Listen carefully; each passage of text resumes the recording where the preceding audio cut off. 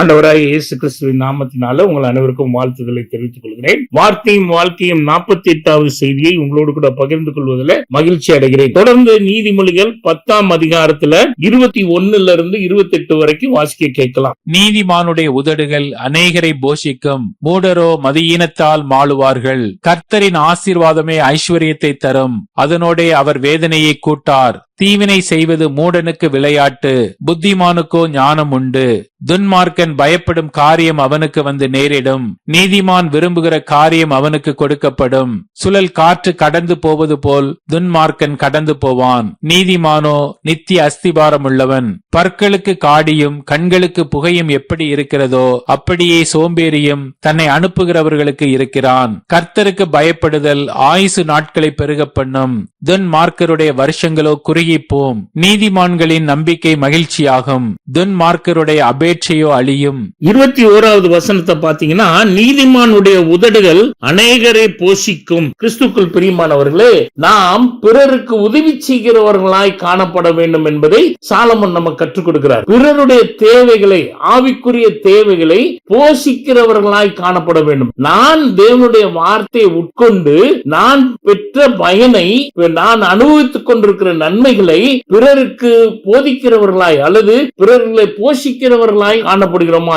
என்பதை தான் இங்கே கற்றுக் கொடுக்கிறார் நமக்கு. நம்மளுடைய வாழ்க்கையில அந்த நீதிமானாய் இருக்கிற நான் என் உதடுகளினால் அநேகரை போஷிக்க வேண்டும். ஆவிக்குரிய போஜனத்தை நான் கொடுக்கிறவனாய் இருக்கிறேன்னா, தடுமாறுகிற நேரத்துல அல்லது ஒரு இழப்பை சந்திக்கிற நேரத்துல ஆறுதலான வார்த்தை நான் பெற்றிருந்தேனால், நான் தியானித்திருந்தேனால், தேவனை கூட பேசியிருந்தானால், ஒரு வீட்டுக்கு நான் கடந்து செல்லும் பொழுது ஒரு இழப்புல இருக்கிறவங்களுக்கு ஆறுதலான வார்த்தையை, திக்கற்றவர்களுக்கு உதவியற்ற சிறுமையானவர்களுக்கு உதவி செய்கிற வார்த்தையை தேவன் என் இருதயத்திலே ஆவியானவர் மூலமாய் தரும் பொழுது, நான் அவர்களுக்கு அதை கொடுக்கும் பொழுது அவர்கள் போஷிக்கப்படுவார்கள். அதை தாங்க தேவன் எதிர்பார்க்கிறார். சாலமோன் நம்ம கற்றுக் கொடுக்கிறது தான். நாம் பிறருக்கு போஜனத்தை தருகிறவர்களாய் காணப்படும், ஆவிக்குரிய போஜனத்தை அதை செய்கிறவர்களாய் இருக்கிறோமா என்று ஆராய்ந்து பார்க்க வேண்டும். வாசிக்க கேட்கலாம். யோபு 4ஆம் அதிகாரத்துல 3-4 வசனத்தை வாசிக்க கேட்கலாம். இதோ நீர் அநேகருக்கு புத்தி சொல்லி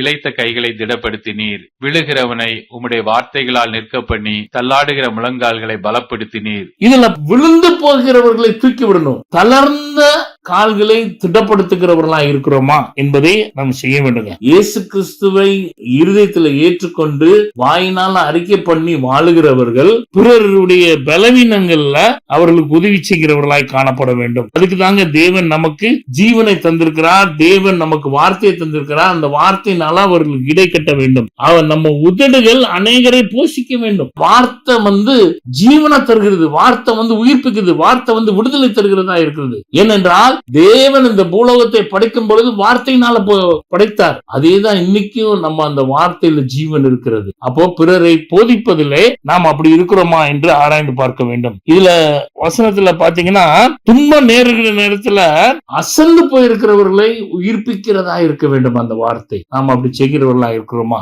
ஆராய்ந்து பார்க்க வேண்டும். 2வது காரியம் 24வது வசனத்துல, நீதிமான் விரும்புகிற காரியம் அவனுக்கு கொடுக்கப்படும். இருதயத்தின் வாஞ்சையை நிறைவேற்றுகிற தேவன் என்று நம்ம வாசிக்கிறோம். நீதிமான் விருப்பத்தை தேவன் நிறைவேற்றணும்னு விரும்புகிறார். நம்ம எவ்வளவு தூரத்துக்கு உத்தமமா இருக்கிறோமா அவ்வளவு தூரத்துக்கு நம்ம விருப்பத்தை நிறைவேற்றுவதற்கு தேவன் ஆயத்தமா இருக்கிறார். என்னுடைய வாழ்க்கையில நான் செயல்படுகிற காரியங்கள் தேவனை சந்தோஷப்படுத்துகிறதாய் காணப்பட வேண்டும். தேவனுக்கு பிரியமானதாய் இருக்குமானால் தேவன் அதை நடப்பிக்கிறவராய் இருக்கிறார். அவர் விருப்பத்தின் வாஞ்சையை நிறைவேற்றுகிறவர் என்று வாசிக்கிறோம். பாத்தீங்களா? அதே போல தேவன் நிறைவேற்றுவதற்கு ஆயத்தமா இருக்கிறார். ஆனா என்னுடைய செயல் எப்படியா இருக்கிறது? நான் பேச்சும் செயலுக்கும் சம்பந்தம் இருக்கிறதா என்று ஆராய்ந்து பார்க்க வேண்டும். சங்கீதம் 145:19 அவர் தமக்கு பயந்தவர்களுடைய விருப்பத்தின்படி செய்து அவர்கள் கூப்பிடுதலை கேட்டு அவர்களை ரட்சிக்கிறார். கிறிஸ்துக்குள் பிரியமானவர்களே, இதுல பார்க்கும் பொழுது தாவீது நம்ம கற்றுக் கொடுக்கிறாரு, பயந்து தேவனுடைய வார்த்தைக்கு பயப்படுகிறவர்கள் விருப்பத்தின்படி செய்து கூப்பிடுதலை கேட்கிற தேவனாய் இருக்கிறார். நீதிமானாய் நம்ம வாழ வாழுகிறோம் சொன்னா நம்மளை கர்த்தர் ஆசீர்வதிக்கிறவராயிருக்கிறார். எவ்வளவு தூரத்துக்கு தேவனுக்கு பிரியமானதை செயல்படுத்துகிறவர்களா இருக்கிறோம். மத்தேயு 5:6 நீதியின் மேல் பசிதாகம் உள்ளவர்கள் பாக்கியவான்கள், அவர்களை திருப்தி அடைய செய்கிறார். நம்ம எவ்வளவு தூரத்துக்கு நீதி நியாயத்தோட நடக்க விரும்புறோமோ நம்மளுடைய விருப்பத்தையும் வாஞ்சியும் நிறைவேற்றுகிறார். அது மாத்திரமல்ல, நம்மளை திருப்தி அடைய செய்யறாருங்க. எப்படி ஒரு நிறைவு வரும் அப்படின்னு கேட்டீங்கன்னா, என் ஆசை எல்லாம் நிறைவேற நேரத்துல, என் ஆசை எல்லாம் எனக்கு கிடைக்கும் பொழுது, நான் விரும்பினது எனக்கு கிடைக்கும் பொழுது எனக்கு ஒரு மன திருப்தி வரும். அதை தான் தேவன் எதிர்பார்க்கும். அதை செய்வதற்கு நம்ம பிரயாசப்படுகிறோமா, நம்மளை நாமே ஆராய்ந்து பார்க்க வேண்டுங்க. மூணாவது காரியம் 28வது வசனத்துல, நீதிமான்களின் நம்பிக்கை மகிழ்ச்சியாக்கும். நம்ம நம்பிக்கை எது மேல இருக்குதுங்க? கர்த்தர் மேல நம்பிக்கை வச்சிருக்கோமா, மனுஷர் மேல நம்பிக்கை வச்சிருக்கோமா, அல்லது நீதி நியாயத்தை நிறைவேற்றுவதற்கு மேல நம்பிக்கை வைக்கிறோமா? கர்த்தர் மேல நம்பிக்கை வச்சு நீதி நியாயத்தை நிறைவேற்றுவதற்கான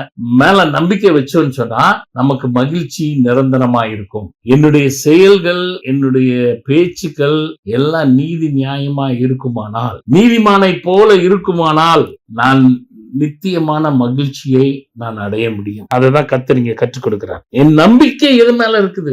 உத்தமமாய் நடப்பதற்கு நான் பிரயாசப்படுவேனானால், நீதி நியாயத்தோடு கூட கை கொள்வதற்கு நான் பிரயாசப்படுவேனானால், கர்த்தர் நம்மளை நடத்துகிற தேவனாய் இருக்கிறார். நம்ம மேல பிரியம் வைத்து நம்மளுடைய விண்ணப்பத்தை நிறைவேற்றுகிற தேவனாய் இருக்கிறார். இந்த பகுதியில 3 காரியத்தை பார்த்தோம். முதலாவது காரியம், நீதிமான் உதடுகள் அநேகரை போஷிக்கும் என்று பார்த்தோம். இரண்டாவது காரியம், அவனுக்கு கொடுக்கப்படும் என்று பார்த்தோம். மூணாவது காரியம், நம்பிக்கை மகிழ்ச்சியை தருகிறதா இருக்குது என்று பார்த்தோம். இந்த நீதிமொழிகள் 10ஆம் அதிகாரத்து மூலமா தேவன் நம்ம கற்றுக் கொடுத்த காரியத்தை நம்ம வாழ்க்கையில கை கொள்வதற்கு அவரிடத்துல கேட்கலாமா? கிருபை நிறைந்த அன்பின் ஆண்டவரே, இந்த நாளுக்காக ஸ்தோத்திரிக்கிறோம். இந்த 3 காரியமும் எங்க வாழ்க்கையில நிறைவேறதுக்காக உண்மை நோக்கி பார்க்கிறோம். நீங்க தான் உதவி செய்யும்படியாய் வேண்டுதல் செய்யறோம். இம்மட்டும் காத்து எபினேசர் இனி ஒரு நாட்களில் உங்களை காத்து நடத்தும்படியாய் வேண்டுதல் செய்யறோம். பொறுப்பேற்றுக் கொள்ளும், வழி நடத்தும் இயேசு கிறிஸ்துவின் நாமத்தினாலே வேண்டுதல் செய்யறோம் நல்ல பிதாவே, amen. Augustus agape counselling ministry. உங்களுடைய ஆவிக்குரிய தேவைகள், ஏதாவது கவுன்சிலிங்கான தேவைகள் இருந்தா இந்த போன் நம்பர் கான்டாக்ட் பண்ணி என்கிட்ட பேசலாம். எந்த நேரத்திலயும் நாங்க அவைலபிளா இருக்கிறோம். இது யூடியூப்லயும் வருது. நீங்க யூடியூப் போய் சப்ஸ்கிரைப் பண்ண முடியாது, தாழ்மையுடன் கேட்டுக்கொள்கிறேன். Thank you. God bless you. Amen.